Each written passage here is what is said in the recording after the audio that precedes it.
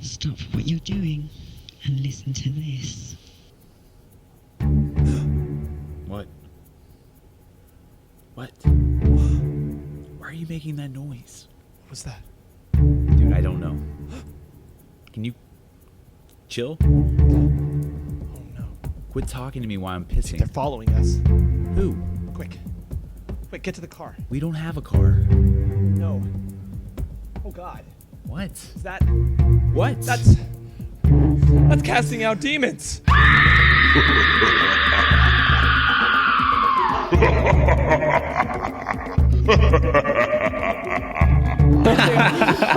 Hey, demon heads! Hey guys, what's up? Howdy. I'm Bailey, I'm Zach. and this is Casting Out Demons with Shut up, Jackson. Sorry. God damn it. We're off to a great start, guys. Great start. Okay, let's try this. Who are you? I'm Bailey. I'm Jackson King. Dude, I was gonna go. Anyway, let's go. Let's talk. We're back. We are back after a bye week, and I also want to thank you guys again for allowing us to have a week off. I had to go take care of some personal business. All my personal business has now been managed, so we're good to go. This is true. We are good to go. We are. Who are you Okay, people? we're like the old Taco Bell commercial. Yeah. Good to go. I do the hand motion, but you can't. Is see that it. is that a Taco Bell commercial? I think so. Isn't Did the it? Chihuahua say it? Yes, but in Spanish, and I don't know how to say it in Spanish. You know, I read an translating. article that said the Hamburglar's dog was the Chihuahua from Taco Bell. What a crazy world we live in. Yeah. And then I woke up, and then then I texted Jackson, and Jackson was like, and then what'd you say? I said, I wouldn't go to a no-kill shelter if they tried to sell me that dog. I just wouldn't do it. Speaking of no-kill shelters, I went to a no-kill shelter recently, and I got myself a cat. I want to go ahead and give him a shout-out. Hey, Coop. What's up? His Coop the ears man. just perked up at home. Nah, he's probably And sleeping. he just meowed. He's or kicked his he's been little paw. asleep since I got him. I don't know what that means. And we are back like little firecrackers on the 4th of July that you just can't put out. We're back guns a-blazing. I feel like our job as podcasters is to, give a little spark to you guys, a little flame, little tiny flame, and spread tiny flames all across the world. Our job is a lot like candle makers in that way. Some would say you could be a battery of sorts. Ooh. Oh, speaking of batteries, Oh, what a segue. we're talking about Segways food run on batteries. batteries, So, right? And today we are talking about the Austin Tour Sex in the City, our official sponsor for Casting Out Demons. Let's talk about the movie. Ride well, ride fresh. So, Zach, what movie are we talking about We are today? talking about the movie called The Battery. Dun, dun, dun. Now, The Battery is about a group of, well, not really a group, a duo of baseball players, Yes. one pitcher, one catcher. And in case you were wondering, that combination in baseball terminology is called a battery. Ooh, that's one level That of the is title. one I'll let you level. take another level of the title. Actually, since we've been gone for a week, I forgot we haven't done our trick or tweets yet. Oh, yeah, let's talk about our Tweets! trick or tweets. Jackson, since we keep busting Bustin'. balls over there. yeah, No pun intended, but also a topical reference. Patow! Swing and a hit. That ball's going back. Center field, it's going back, and it's hooking foul. I was hoping to catch that one. Otherwise, my trick or tweet this week is hipsters travel zombified northeast, or how Texans know it, New England. That is very good. Nice, very nice. Bailey, shall I go or shall you go? You shall go. Okay. I usually try to make jokes with these tweets, but I hope my serious tone conveys how strongly I recommend this movie, despite me reading it in this silly accent. Very nice. Thanks. Oh, that was the tweet. delivered. Yeah. that was a little It's meta. caught me off guard. Yeah, you got me. Yeah. I got all sorts of voices. I wish they would. I wish they'd shut up so I can go to sleep. Silence. So my trick or tweet is the sweet, sweet love child of Broken Lizard and The Walking Dead's Frank Darabont. Lovely. Broken Lizard. Shout out to you guys for Everything you do. I'm so excited for Super Troopers 2. Right? Cannot wait. So good. That was the first movie I legally downloaded off of LimeWire to put on my Zoom. I'm going to have to make your voice sound different there so you don't get arrested. Promptly got a voice. I sound like anonymous or something, like not. Got it on LimeWire. God. So- so the movie. What do you want to talk about first? Okay, so I think that we should just start. We gave you guys a little bit of background about how it's about a battery. So like you can tell from our trigger tweets, clearly, it is set in a post-apocalyptic universe. Yes. Where zombies are prominent. Yes. And the prominent species, and so it sets up with these two characters, Ben and Mickey. Mm-hmm. And you can tell right away that there's obviously they don't get along very well. That there is definitely some tension between the two of them. Absolutely. And so I like to relate everything in zombie movies, since zombie movies are a thinly veiled metaphor for the desolation of humanity. I instinctively. Thanks, George A. Romero. You're welcome. I automatically go to like Freudian terms. Mm-hmm. So I always think of the id, the ego, and the superego. Mm-hmm. And so I would say, in my humble, degree in PR and advertising, so I'm qualified to make the statement, that Ben would be our id, Mm-hmm. and Mickey would be our superego. And what does superego mean? Because it sounds pretty great. So your id is like your basic. Id is like your basic, just like basic humanity, very primal. Yeah, so like the zombies. Yeah, exactly. Okay. So you could even say that the zombies would represent the id, Mm-hmm. Ben would be the ego, and Mickey would be the superego. Why is Mickey the superego? Excuse me, because superegos are hard to find, but I think that that's kind of his role in this, because he is our main voice of reason, to the point of where almost he's helpless. That is true. And so it's almost like all of his knowledge and logic is his essential downfall. And so Yeah. I feel like he's kind of playing both roles. But I remember in my senior English class, shout out to Miss Bell, we actually Miss talked Bell about... was also the name of my vacation Bible school teacher. But just keep going. Maybe the Shout same out. woman. Maybe she Probably had to not. I leave, think she's yeah. dead. Rest in peace. Right. R.I.P. Miss Bell. If you're still alive, let's on hang the out. show. Let's hang out soon. Come on So the let's show. go to Talk Crowbar. about- Let's get wasted. And then talk about horror movies. Talk about Jesus. some horror movies. Yeah. Well, the first zombie. So Jesus was a zombie after all. touche. Sorry to interrupt. Keep going, Anyway, Miss Bell. You're fine. Miss Yes. Bell, we actually talked about the id, ego, and superego in terms of South Park. And so that's why I think that's why my mind kind of goes to all of the Freudian terms, especially in zombie movies, because I just always try to like place them randomly in there, because you have to have two foils that exist. It's like even when you look at Lord of the Flies, like a really popular way to summarize the id, ego, and superego. So you have to have foils to exist, because if you just have one specific type of anything, Yeah. you're gonna have failure to thrive. Yeah. And so that's why with zombie movies, And if I you like don't to- thrive in a movie, then the plot doesn't really matter. So it's just Exactly. it's just a problem that Yeah. doesn't really move the movie along. So I like to But dive s- into the psyche of humanity. But speaking of moving things along, let's talk about the soundtrack, which is, I think, my favorite part of the movie. Even though the movie so is good. beautifully shot, the cinematography is great, the acting is great, save for one character, which we will talk about later. Yes. But the soundtrack is amazing, and I think that the use of the soundtrack in this movie is better than any other movie I've ever seen. The soundtrack is called for. Every song that is played is completely called for within the context of the movie. Going as far as we hear what Mickey is hearing through the headphones, and we also hear what Ben is hearing through the headphones. And everybody's favorite scene, when he dances. Yes. And I will play a snippet of the song right here. When we dance, we dance. I forgot it. Okay. So what I love about this is the soundtrack almost, even with the scene where he's dancing with the headphones in, Yeah. there's such a juxtaposition, because you have nothing left but that moment. And I believe at one point, I think it's Ben that says it, he's like, "This is all that I have left," which is very reminiscent to me of Heather and the Blair Witch Project. I think Mickey says that, right? I can't remember if it's Mickey or Ben. I think it's Mickey after he gets the CD out of his That is- ex-girlfriend's That is, room. you're Yeah. right. I couldn't remember. I didn't jot down who said it. I just like. It's wrote a it good down in line, hurry. yeah. Because it just shows like the bleakness of humanity at that Yeah. moment, and all that they have is that moment is him drunkenly, a zombie could come in at any moment, and all he has is that one moment, and he's living from note to note of the song. Yeah.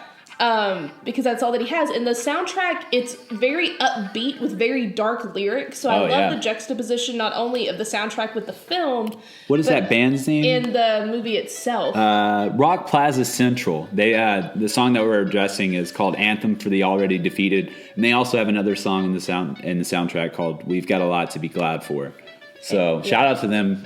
Two great songs used in the soundtrack. I think they also covered a Johnny Cash song, if I'm not mistaken. But yeah, I believe so. No Grave Can Hold Me or something like that. But excuse me, yeah. What did you think about the soundtrack? You know, they really managed to capture sort of like the way they were shooting it was very like new style. I don't know how else to define it. It's got sort of a hipster feel. I'll keep like leaning on that as hard as And I I can think that here. we can kind of address that in the fact that it was only shot for $6,000. Oh yeah, that's So amazing. you have to kind of do it yourself, and I think hipster is a good word to describe in the way that they did it, where it's kind of like this. How do I want to say this? It's a nuanced way of making a film in a way that no one else is doing it this way. No one else, and I think that's what you're addressing with the hipster It's aspect. lower budget. It almost reminds me of the whole. To me, it fits in with the whole mumblecore movement. I know we mention them all the time, but Adam Wingard, Joe Swanberg, all of those guys. And the Duplass brothers. Absolutely.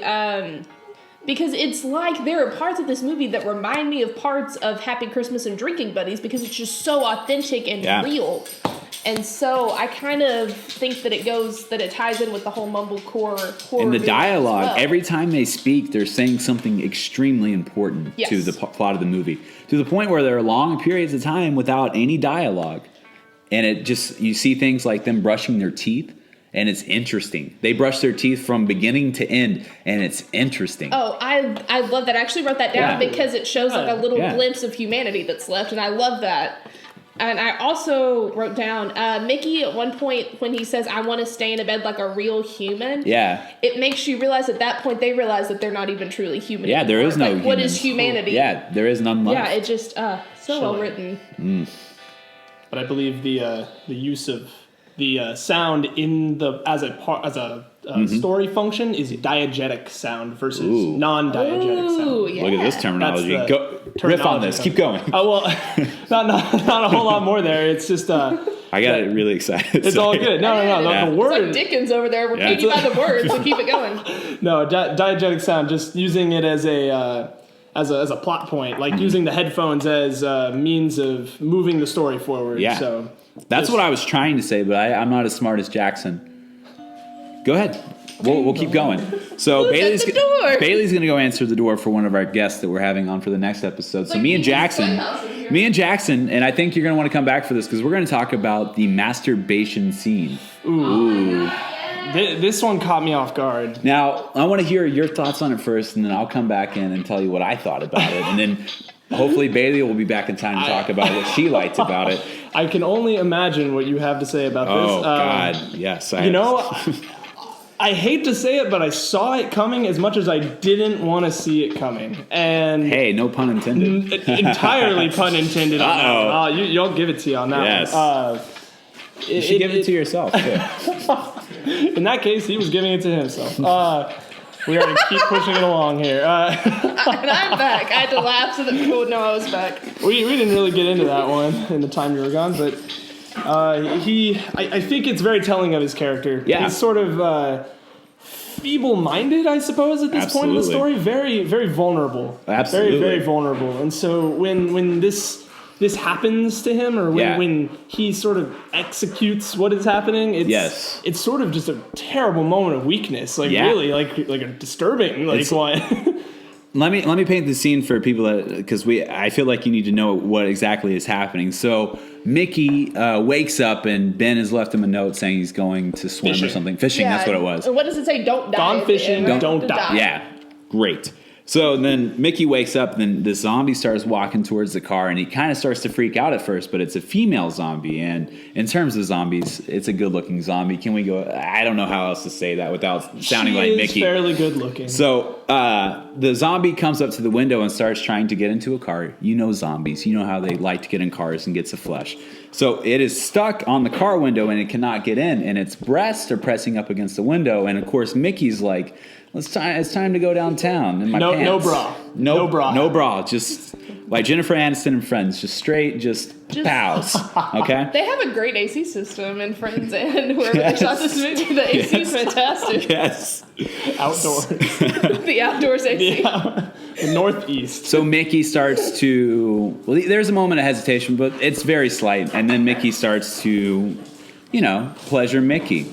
And this goes on for, like, I would say 30 seconds of him Far too long. staring at the zombie. And I want you to say what you said because I don't want to steal it from you because it was Okay. so good. I talk about how at this point we realize that there's there's not a definitive line between humanity and zombieism. I'm gonna make that a word. Zombieism, because they're both hungry for something. Mm-hmm. And if you look, this zombie, I believe at this point we've gone to the ex-girlfriend's house, Yeah. right? Yes. The zombie kind of looks like her. She's brunette, they're around the same thing, and so it just kind of shows you that they're both hungry for something. And at this point in the apocalypse, like, humanity and you might as well be a zombie because there's such... It's a fine line. Yeah. Yeah.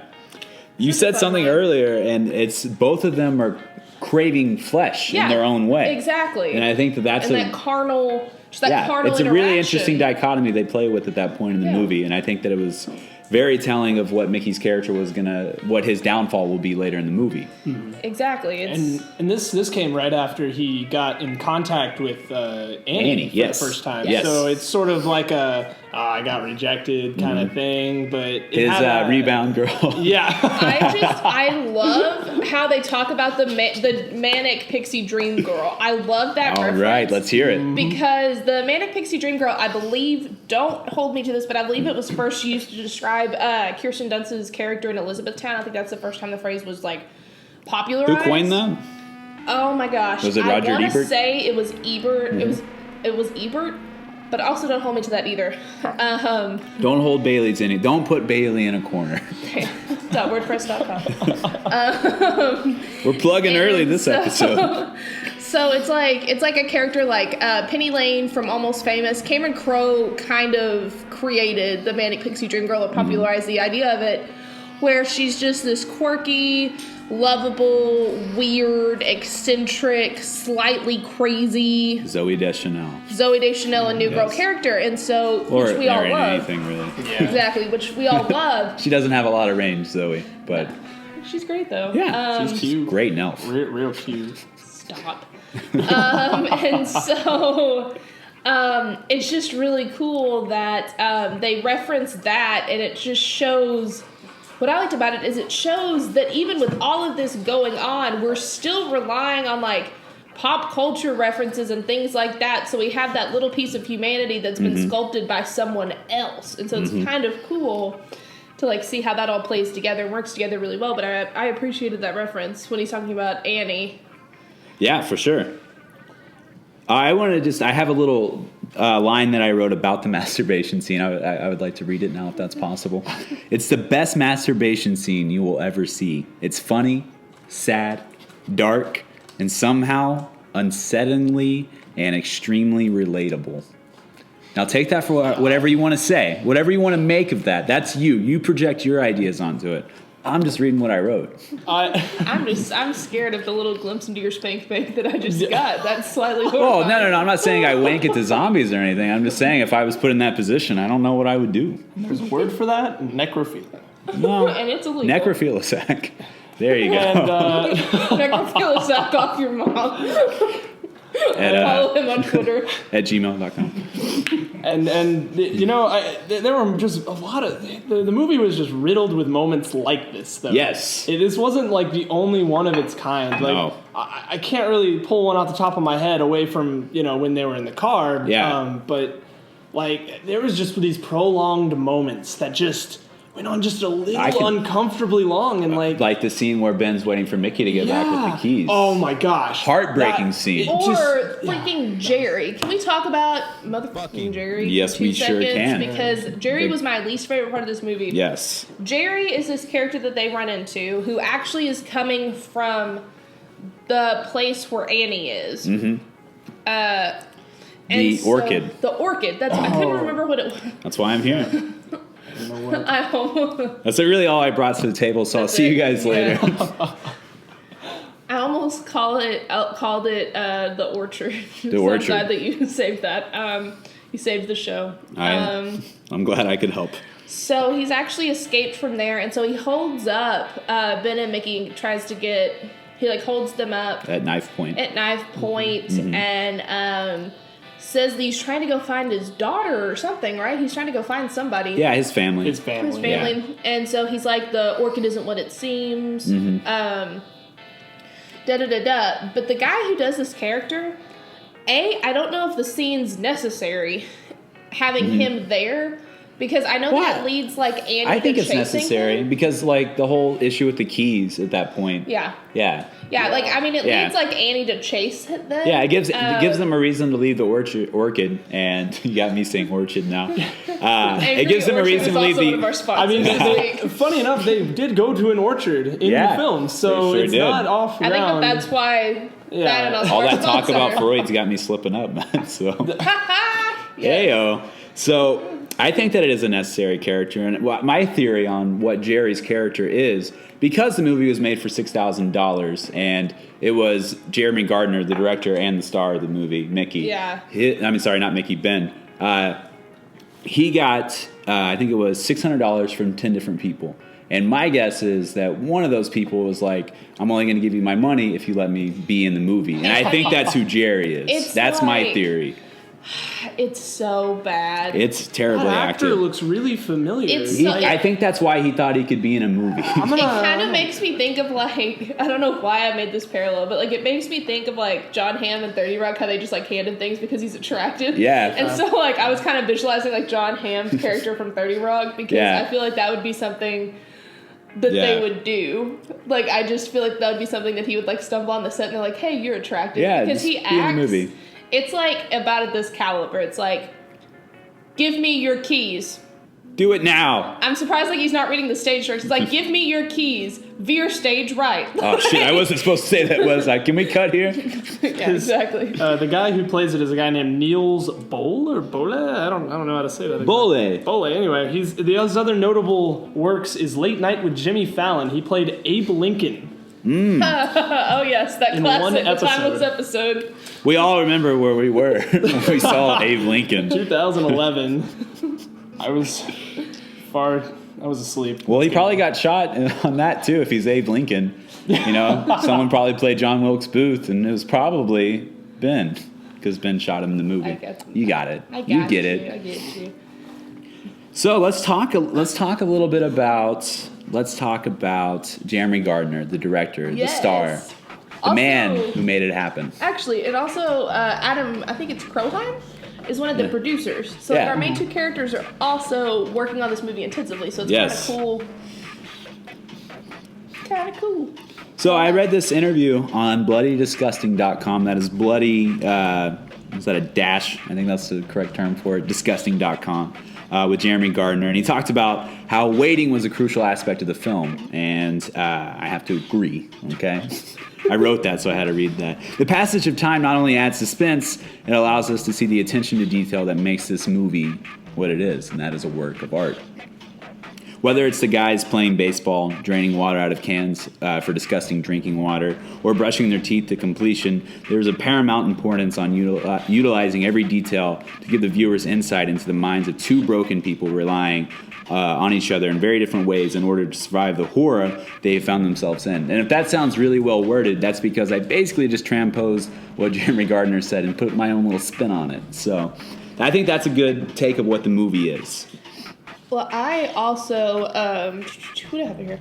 Also, what I love is it's so hard to pull off a movie with limited characters. It's so hard to pull it off. But I mean, you have movies like The Blair Witch Project or The Creep. I was about to actually just say that, which you all should watch right now. Only two people in that movie. Patrick Bryce and Mark Duplass, right? Yeah. Watch it. It's great. So it's so hard to pull off movies with limited cast, and they just do it so well. And the whole time, you're just entranced the entire time that you watch it. And so there's also, after the keys get thrown, they get stuck and trapped in their car. Yes. And so the rest of the movie, like 30 minutes, is in a car. Yeah. That's it. It is 2 people in a car, and they're like having to drain, like Zach said, they're having to drain like the juice out of vegetables and tuna to have Save it drinking as water. Yeah. And it's just like them finally becoming okay with one another. And there's a scene where where they unravel a baseball. Yeah. And it's just so unnerving because it's such an awesome metaphor for what's going on. Because Yeah. they're just unraveling this baseball, which also, pulls back to the fact that they're both Baseball players. Yeah, they're both the pitcher and the catcher, and so it's just so. It's I don't also know, like I think awe-inspiring. that's supposed to be a metaphor for like we see what the baseball's made out of, and in this scene we see what Ben and Mickey are made out of. Exactly. And their last night on Earth, what do? They get drunk. They get super piss poor wasted. drunk. They really did.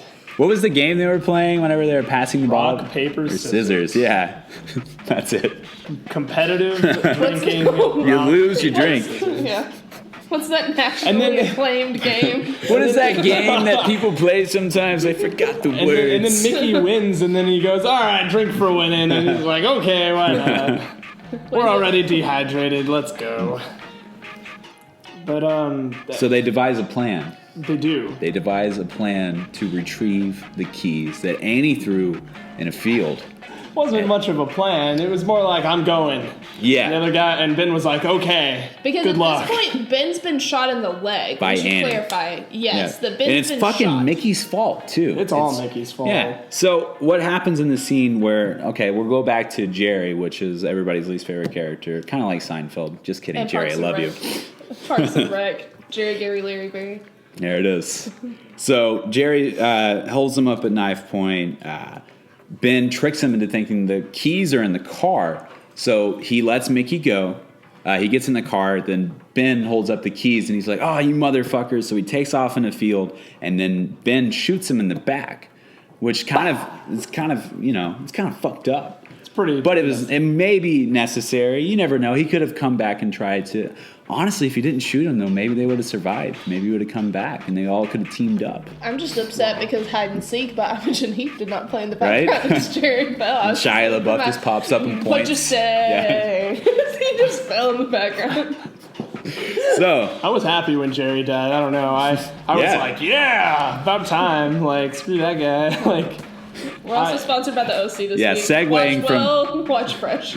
segueing from Bailey's obligatory OC reference, I'm contractually obligated to drop that at least once an episode. they shoot Jerry, and then they're about to leave, and they see a Suburban pull up, and who gets out of it but Annie and Egghead. I looked up the guy's name. That's what she calls him, Egghead. So Egghead is Okay. draining gas from the car that Jerry stole. Yeah, it's like siphoning out the gas. Yeah. So why are they siphoning out the? Why is Jerry stopping? Why did he need to steal their gas? no, it was out of gas. It was that out was of the gas. problem. So they were car- refilling it with gas that's what it Yes, was. that's Okay, what- so yeah. Egghead's refilling the car that Jerry stole with gas, and they're about to drive back.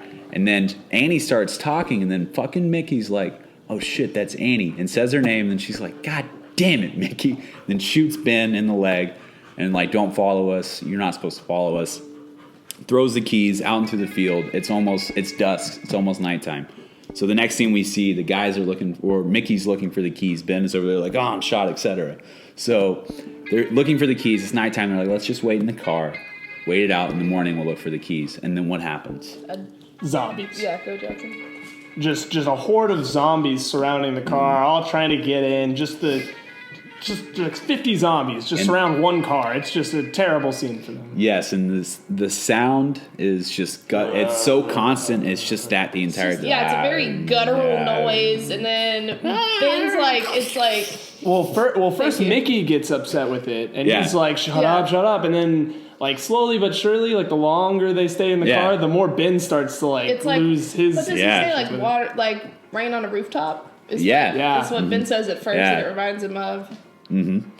So they start to cover the windows so they don't have to see these zombies anymore. And And so at this point, I think that they did that because they probably couldn't keep the extras there long enough whenever they were filming the scenes. So they probably covered the windows and then just added the sound effects in post. So fun That's fact probably about that. yeah. They actually later on at the ending scene, they actually had to use a medium wide shot because they didn't have enough extras to make it look horrifying. Really? Ben's limping away. Yeah. And so that's why it's a medium wide shot, because they wanted to make it look like there were more zombies than there actually were because they didn't have enough extras. It got me. I mean, I wouldn't have been able to tell that. Yeah. The one really bad cut, like, was when he shot Mickey. It Yeah. was a terrible cut. I like that It was- cut actually. No, it was let's argue. awful. I will argue that was an awful cut because it was on his face, like Yeah. there was no action from Ben, Yeah. and then all of a sudden he's dead. It's like there was no there's no way What you to say. communicate that he's like about to do this, and then Yeah. all He of a sudden had it to happens. though.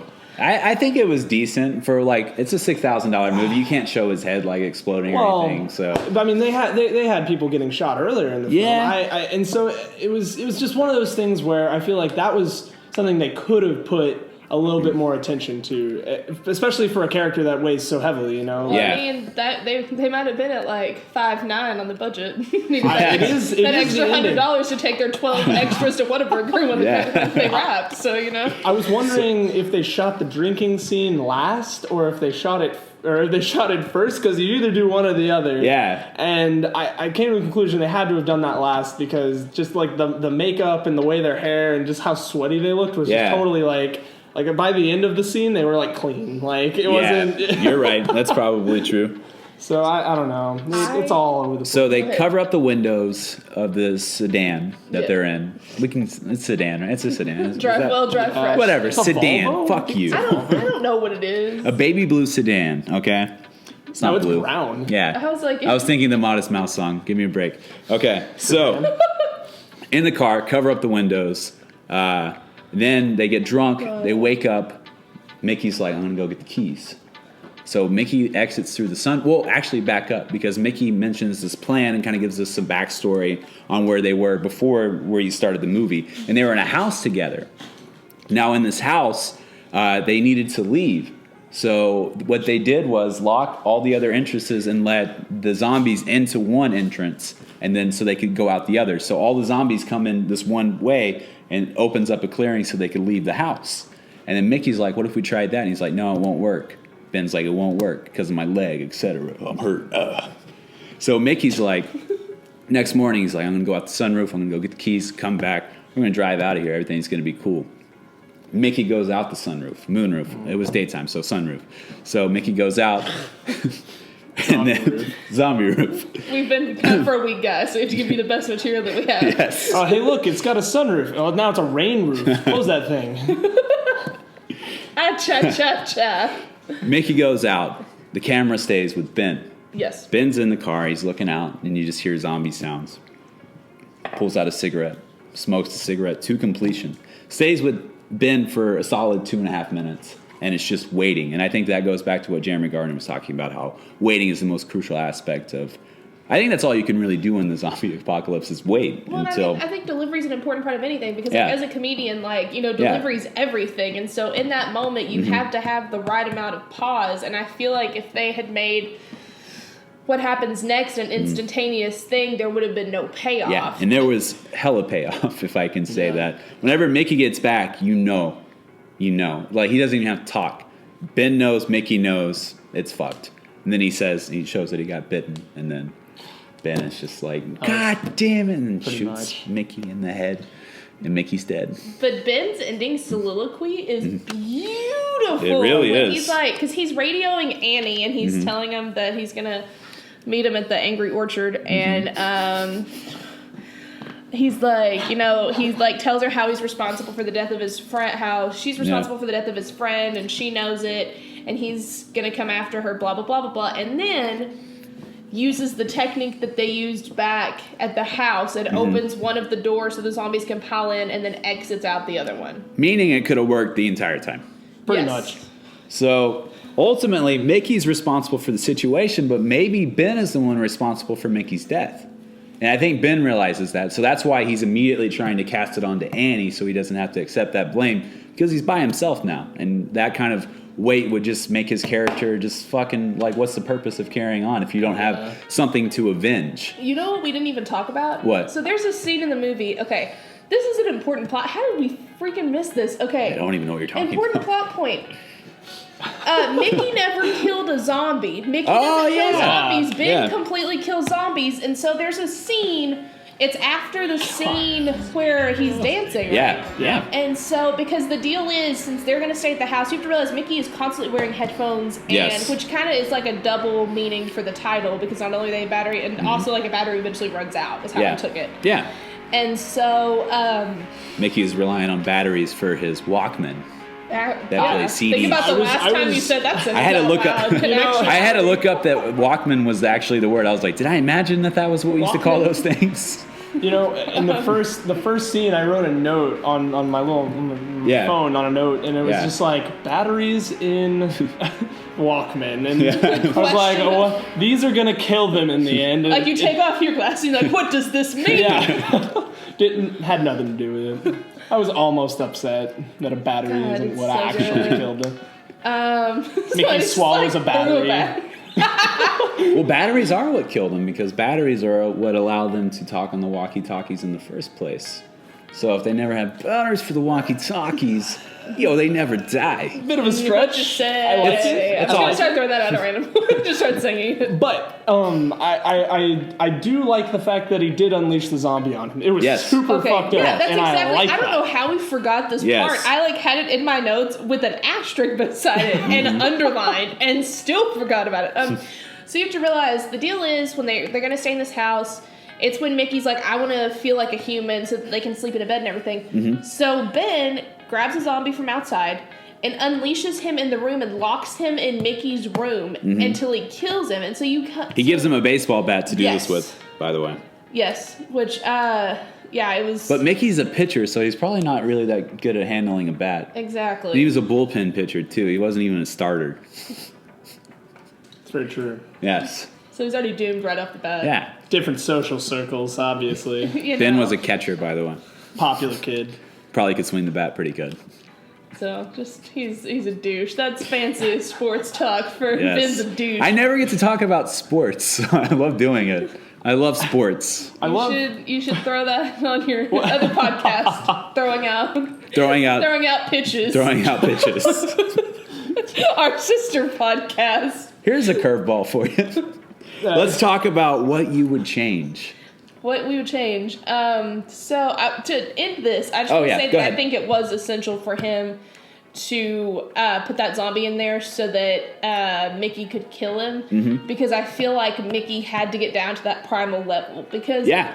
Mickey was kind of like snotty for this being the fucking zombie apocalypse. Yeah. And it's Making like, Ben do all the oh, work, all well. the fishing, all the gutting Yeah, of the fish. he's like, and- oh, well. Yeah. And later on, there is a scene where, like, Mickey is kind of coming around. Like, he sees it his way that Ben is the guy that's, like, he needs to depend on to survive. So maybe he should learn what Ben's doing so they could help each other and be more of a symbiotic relationship. Yeah, Right? well, there you go. There you go. Eighth grade science. That eighth Oh my grade God. science coming back. Shout out to Miss Oliver. Thank you for that. Represent. Represent. I just wanted to say one thing. The cabin that they're at the beginning of the movie reminded me a lot of Camp Crystal Lake. I don't know if anybody Mm-hmm. else, but it was like very reminiscent to how Camp Crystal Lake was set up for Yeah. Friday the 13th. Yeah. So I thought that was kind of a cool nod. A little nod. As it was very, very reminiscent of Friday the 13th. So I thought that was kind of cool. Yeah. Yeah, so- Oh, I have one more thing. I'm so sorry. Bailey raised her hand, by the way. I did. In case you guys were wondering We're what back that, in 8th grade science. Your what that turn. whooshing Thank noise you. was. It was. Thank you, Mr. King. Yes, Bailey. Oh, God. So, two things. Also, I love how the houses are perfectly kept. Yeah. Because it gives the audience like an inside glimpse and to kind of compare how humanity was versus how it currently is. So that was pretty good rad. juxtaposition. And then also, I thought the insect shots were phenomenal, and how there's like an insect theme throughout it, as though Ben and Mickey are undergoing a metamorphosis of themselves. Because there's like when he's at his ex-girlfriend's house, he finds the hungry caterpillar. book, there's a lot of shots on insects, and so I feel like that has some sort of representation of like they're undergoing a metamorphosis. That's really good. I didn't catch that. That one. That's gonna bug me. All right. What's all the buzz about over there? Swat away those vain thoughts, Zach. I'm sorry, that joke had some sting to it. So I do want to point out that this movie did only cost $6,000, and it's better than the most expensive movie ever made, which I looked up is Pirates of the Caribbean on Stranger Tides. And just like most people with an opinion about things, I've never seen the movie, but I fucking love the battery.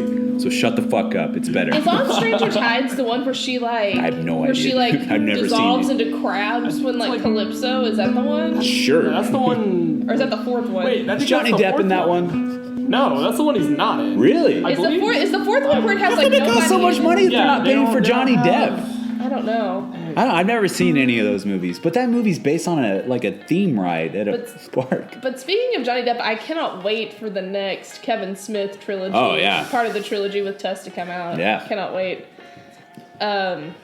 So what would you change while he's looking What up? would I change? Jerry, first of all. That's what I would change Let too. Jerry change his contract so that Yeah. he gets to just like be a zombie. And just be like, what's up with that? in the Jeremy background. Gardner, if you're listening, we can go back and reshoot that scene, and I will do it free of charge. I feel like I'm a better actor than Jerry. I mean, yeah, Jerry. What's the guy's name? The actor's name? His last I don't name's know. Ali or something. Muhammad Ali. What was it? It was not Niels Bowl or Bowl. Niels Bole. Nearly Bolo tie. So I feel like I'm a better actor than him. You can check out some of my YouTube videos. Plug in the Couch Show. You're you can better see me than- as my role as Zark Buzzer. You want to hear a sample of Zark? Hey, I'm Zark. Anyway, so I feel like if I could bring that kind of acting to your movie, that maybe we can make this into a much bigger thing than it is. But can we please just like take you and put you like on a green screen? Oh, that yeah, you so it look, looks really like, tacky. Super bad. I'm not even like level with the ground. I'm like floating. I'm bigger than everybody. Hey! Yes. Yes. But like it breaks out like into the green screen, just like throwing random shit. Shit in the background. You'd be better than Neil Roly Polioli. Thank so you, man. I think Neil. you're good. Great boxer, but a shitty actor. To make a great Abraham Lincoln. To make a correction, Pirates of the Caribbean on Stranger Tides does have Johnny Depp in it. But it doesn't have anybody else in it, right? It's just Johnny Depp. It's just Johnny Depp as Penelope it's a monologue. Cruz, and that's it. Johnny Ian Depp. McShane me as see. Blackbeard. Oh shit.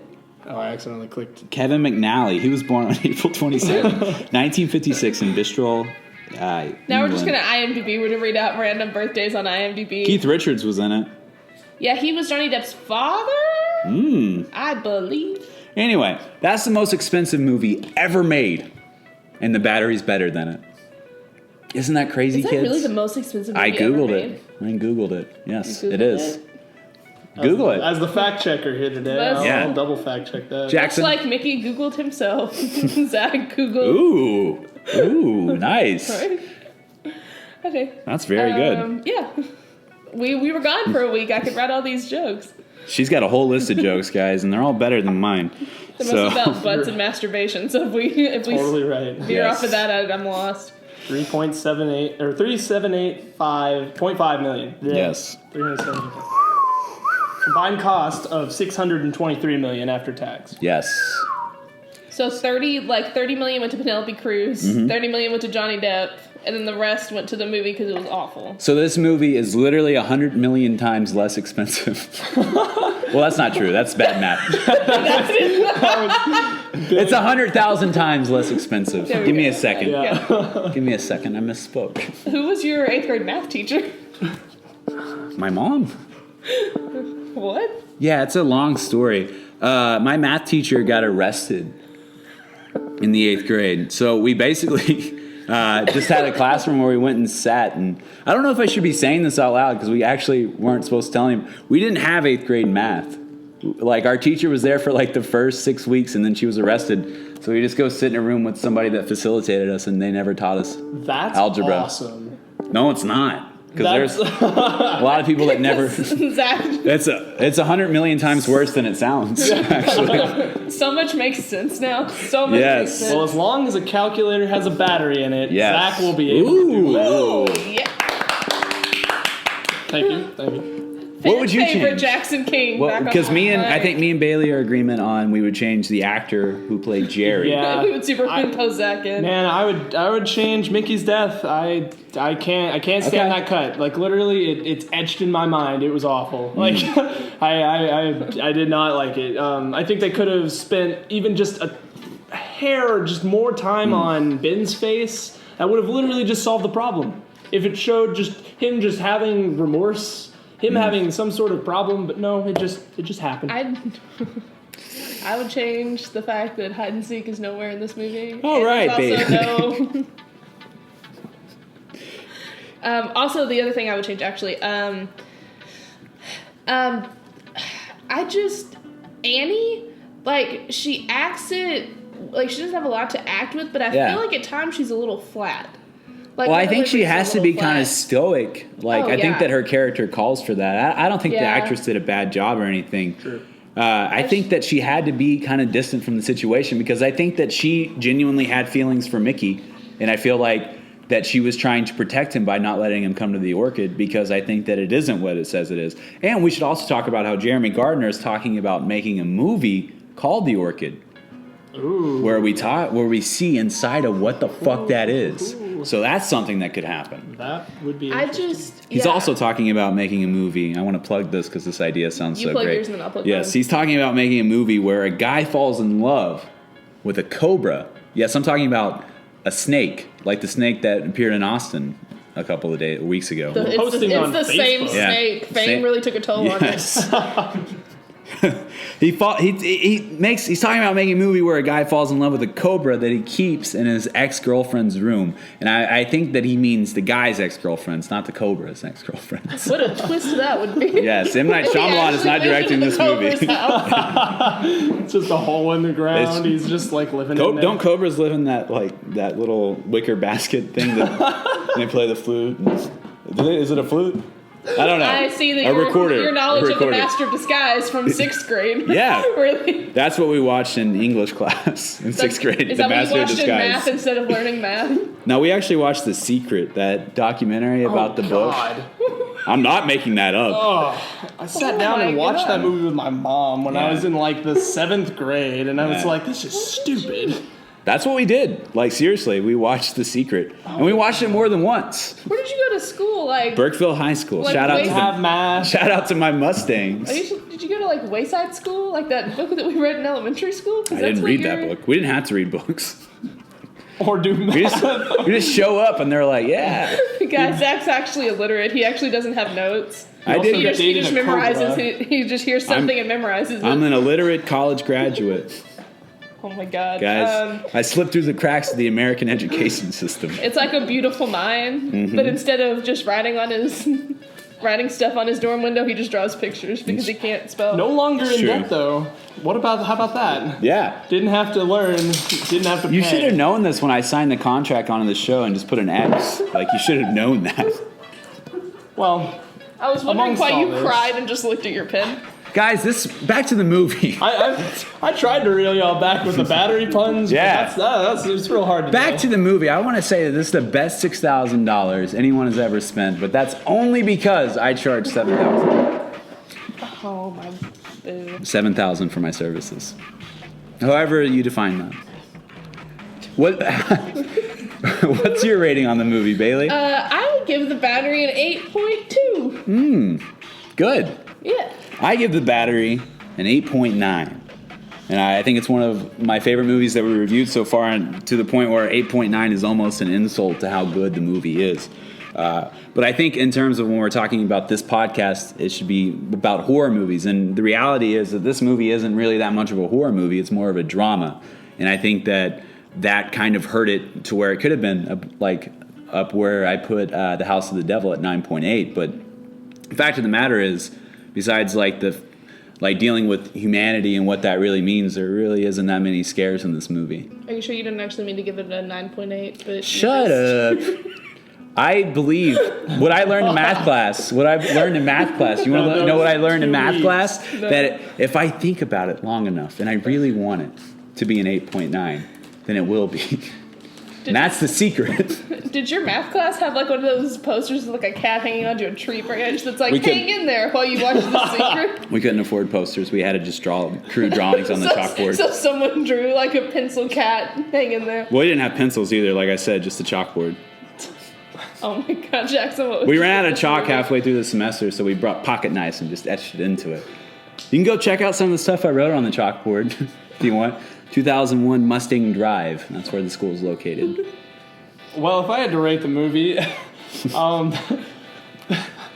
sorry, if I had to rate the movie, I think judging that 2005, was kind of bringing us towards that sort of feel that the movie had in general. Yeah. Before we were able to get in sort of the hipster postmodern feel, I'd probably give it an 8, solid 8. Okay. For where it stands, low budget, killed it. So yeah, I think it was great. All right, I think we're all pretty much in agreement. Okay, that's good. So moving on to my favoritely named segment, some bone plugs in harmony. I try so hard. That's I bone got plug. so far. Linkin That's not Parks. we're singing two different songs. I know, I'm joking. I told you I saved all the best material for this week. So, Jackson, do you have anything to plug? No. Myself, the Jackson King. Follow me on Twitter, Instagram, Don't you Tumblr. have a band? I have a band. We're called Capture Theory. We're pretty good. We haven't really done anything in a while, but who knows what may happen with that. Neither have the Beatles, and who Ooh. knows? We're just waiting for their next Hey. next hit. I'll stand next to John Lennon any day.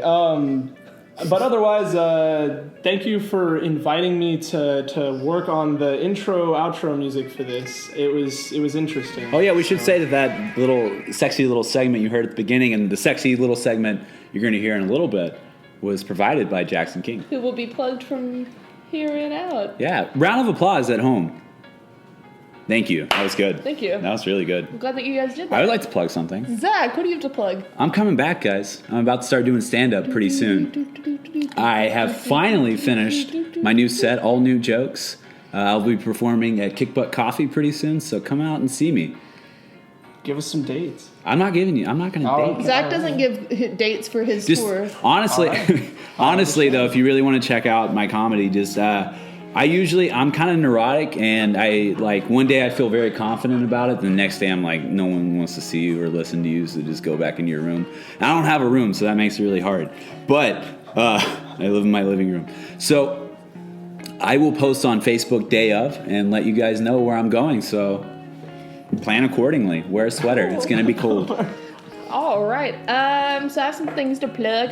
First of all, thank you again to Lauren Mims for the use of our cover art. Yes. To see more of her great, amazing stuff, go to her website, laurenceciliamims.com, and you can view her portfolio.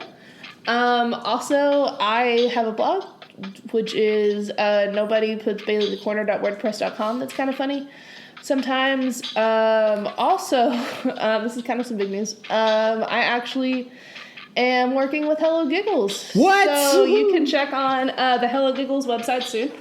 And probably starting next week, some of my stuff's actually going to be on their website. I actually just got hired on. So that's pretty cool. I read your article today. You killed it, by the way. I think so Thank too. you so Made an much. OC reference and everything. So I made an OC reference. I was mentioned in passing, co-host. yes, you were.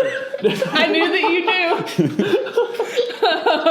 Apparently, I fell in your lap. Yo. Literally. Zach's very clumsy. I am all thumbs. Everywhere in my body is just a thumb. So yeah, that's pretty exciting. Podcast is the perfect medium for me. Can I Jackson get just got up. can I get a thumbs up for that one, guys? Zach's whole body just twitched. I didn't know how to handle it. God. And like Zach said, thanks to Jackson King for our new intro and outro music. Yes. iTunes. Okay, so here's the iTunes update. Boo, boo, boo, boo. It sucks Sound to upload effects. to iTunes. So we are currently, after we record this one, we're actually doing a double feature tonight. So hopefully by Monday we'll have it set up, but they want a lot from us. They want Costs $6. money. $6 a month. That's That's more than I pay for rent. I think. I'm not really good at math. one. Yeah. Yeah. 1,000. That's 1 billion times the amount that Zach pays for rent. Yes. So yeah, now that we've joked about everything, I think it's about time to wrap it up. Go watch The Battery, guys. Really good movie. Quality film. I think it's the best recommendation we've made so far as a podcast to watch this movie. It just keeps going and going, and then it stops. Yes, it does. So thanks for listening, Demon Heads. Sit back, get uncomfortable. We're about to post another episode.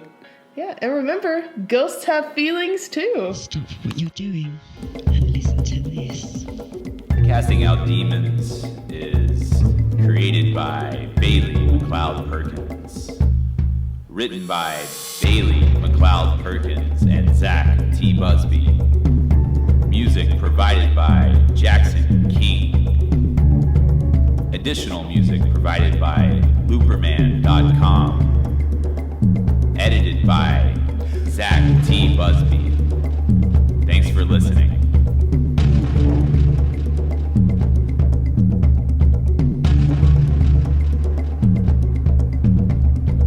If you're still listening to this, somebody help me. I'm being held hostage in Bailey's closet. Please come. I'm very scared.